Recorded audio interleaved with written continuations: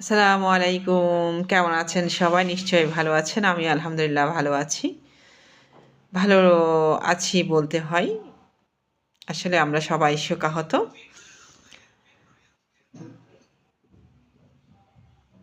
এই দেশের বাইরে আমার কোনো ঠিকানা নাই।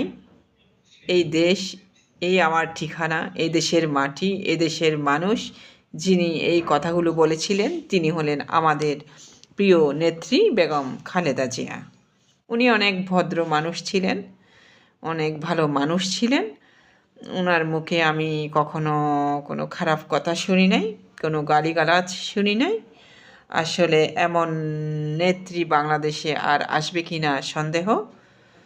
বাট উনি অনেক ভালো মানুষ ছিলেন। আজ উনি ইন্তেকাল ফরমাইয়াছেন। ইন্না লিল্লাহি ওয়া ইন্না ইলাইহি রাজিউন। সবাই উনার জন্য দোয়া করবেন। আল্লাহ যেন উনাকে জান্নাতবাসী করেন, উনাকে যেন জান্নাতুল ফেরদৌস দান করেন। সবাই দোয়া করবেন। Thank you so much. আল্লাহ হাফেজ।